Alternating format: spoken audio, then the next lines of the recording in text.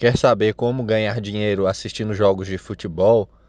Acesse o link da descrição, deixe o seu like ou seu dislike e não se esqueça de inscrever no canal. A última coisa é dinheiro. Dinheiro, rapaz, eu sepulto tanto filho de rico que se suicidou, tanta gente riquíssima, infeliz até não poder mais, e ficam buscando cada vez mais e nada é suficiente nem bastante. É um vazio É, que não se ocupa, né? Um é, vazio que está ali é, com certeza. é, Quantidade de gente realmente muito bem financeiramente, bem-sucedidas até profissionalmente, é. bem-sucedidas nas suas relações até familiares, mas algo aqui não vai, né? Não, tá vazio. Porque tudo aquilo que o cara chama de valor não é absorvido pelo Uhum. espírito. Então, fica tudo fora, não entra em ti, não te felicita. Você veja uma coisa, é, você já ouviu falar em alguma menina de 15, 18, 16 anos aqui em Paraisópolis que se suicidou? Olha, de cabeça assim, não. Eu nunca ouvi na vida, em lugar nenhum. E olha que eu tenho intimidade com favela há muitos anos. Eu vejo a garota se prostituir, ou ficar zangada com um pai que bate nela, ou de alguém que abusa sexualmente. Aí você começa a atender aquela pessoa. Você vê que ela quase não guarda traumas daquilo, que foi horrível, mas ela não guarda traumas de natureza existencial, do tipo eu quero morrer, a vida não faz sentido. A sobrevivência coloca aquela pessoa sempre na esperança de que o melhor está por vir, Uhum. e ela tem que vencer, ela tem que ir adiante, ela tem que superar, ela tem que conquistar, ela tem que se pacificar, ela vai sempre. Agora eu vejo menininhas lindas que habitam mansões extraordinárias. Aí o pai diz que ela não vai para o boarding school na Suíça. Aí a garota entra em depressão e se mata. Aí você vai comparar as relações. É. Esse suicídio é quase uma coisa que vai da classe média para cima.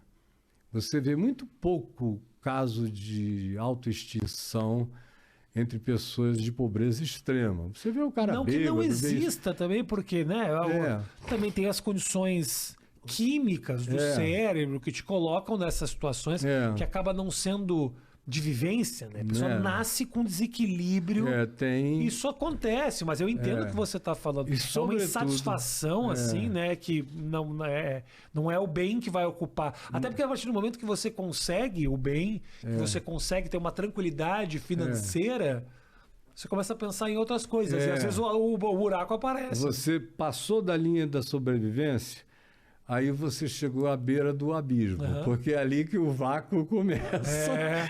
a dizer vamos adiante, e você vai igual o cara do Senhor dos Anéis, oh Precious, É. e vai fazendo aquilo, aquela caminhada doida, mas os casos mentais, neurológicos, tudo isso, podem acontecer em qualquer lugar, Uhum. mas ainda assim eles acontecem mais quando não existe a motivação da luta, Uhum. da sobrevivência. Perfeito. A solução de todas as coisas, quanto mais o indivíduo entra num estado de suposta solução, parece que inconscientemente mais as pessoas começam a procurar problemas no interior. Uhum. No interior. Aí começa aquele vasculhamento interior. Aí o pai não é tão bom. O pai é legal, ele só não é perfeito. A mãe não é tão boa. Essa casa. Aí começa a problematizar a ambiência. E eu vejo cada coisa no meio cristão evangélico, especialmente, tem muito menino e menina se suicidando com medo de dizer que são gays ou lésbicas ou não binárias ou qualquer coisa para os pais, Tá. com medo da repressão. Então, agora, antes da pandemia, rapaz, houve uma quantidade brutal, 3 anos antes da pandemia, de jovens de igreja se suicidando e de pastores. Nos Estados Unidos foi uma epidemia de pastor se suicidando. Por quê? Porque a igreja americana, evangélica, à semelhança da brasileira, lá eles foram cooptados pelo Trump, assim como aqui foram pelo Bolsonaro. Uhum.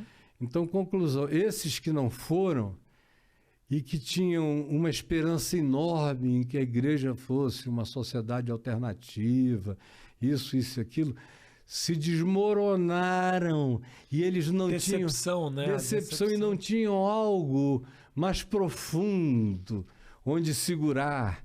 Era muita religião e pouca fé, pouca espiritualidade, Entendi. pouco Deus para eles mesmos. Então foi uma decepção e gente morrendo. Eu só recebia notícias. Então é um vazio que a religião não tapou. Ela não tapa. Quem tapa é você, é a sua fé. É a sua espiritualidade densa e que acontece com igreja, sem igreja, com gente, sem gente. Às vezes eu digo que se todo mundo na Terra descrer do que eu creio e de quem eu creio e eu ficar sozinho, ainda assim eu continuo maioria e eu não tenho retrocesso. Eu sou a maioria. Eu sei que eu sou habitado por algo que é poderoso na singeleza da sua manifestação, é invencível. Você está falando... E realmente, né? Agora minha pergunta para você é o seguinte: esse vazio e essa recuperação, essa força, ela precisa nascer, talvez não nasça da religião, mas ela precisa nascer de Deus? Ela nasce de Deus, mesmo quando o cara não sabe que é de Deus que aquilo está nascendo. E me ajuda a entender isso. Aquele que ama é de Deus. Aquele que ama é nascido de Deus. Aquele que ama conhece a Deus, porque Deus é amor. Então, mesmo que você não chame de Deus, quando você opta pelo amor que não é romântico, não é sedução, isso aí é uma outra forma de amar, tem a ver com o mamífero reprodutor e com outras coisas. Mas o amor genuíno é uma escolha. É uma escolha de quem você quer ser. É uma escolha de que caráter você quer ter. E isso pode acontecer com qualquer um em qualquer lugar. Pode estar lá na Ilha de Páscoa. Nunca ouviu falar de Deus, de Jesus, do jeito que, por exemplo, eu falo. Mas o cara fez uma escolha.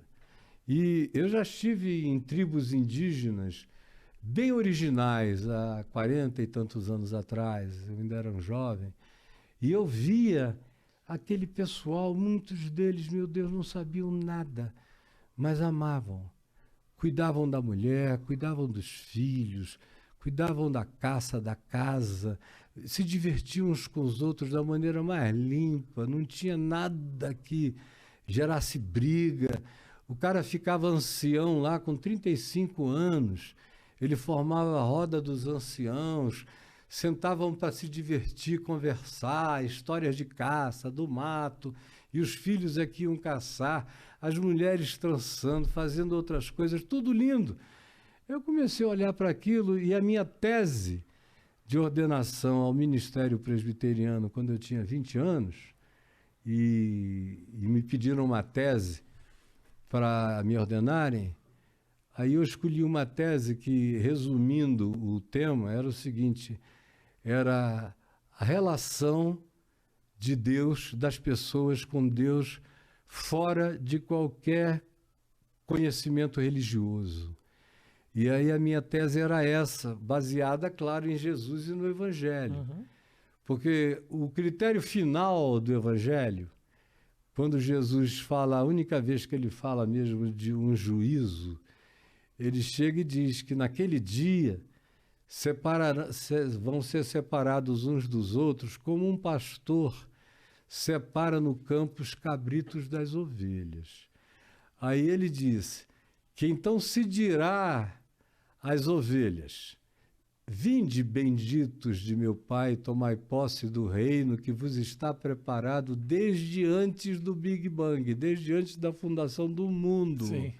Aí eles disseram: mas por quê? Nós nunca te conhecemos. Nós não sabemos quem tu és.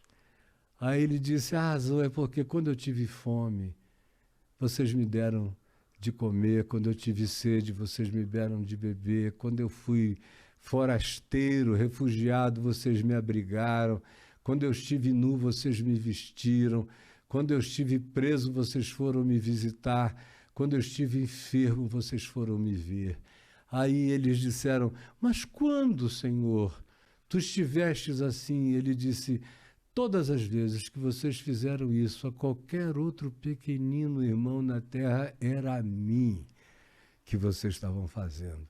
Aí disse para os outros, apartai-vos de mim, porque eu tive fome e vocês passaram, eu tive a mesma coisa e vocês não reconheceram. Aí ele disse, mas como a gente sempre soube quem tu eras? Ele falou, mas vocês nunca me viram. Uma frase constante de Jesus, quando fala-se, por exemplo, em Mateus 7, do cara que curava, expulsava demônios, e profetizava, e fazia todo esse show. E aí ele disse, naquele dia muitos virão assim para mim, e eu lhes direi, eu nunca vos conheci, eu não sei quem sois. E aí eles vão dizer, mas como? Em teu nome nós fizemos isso, aquilo outro.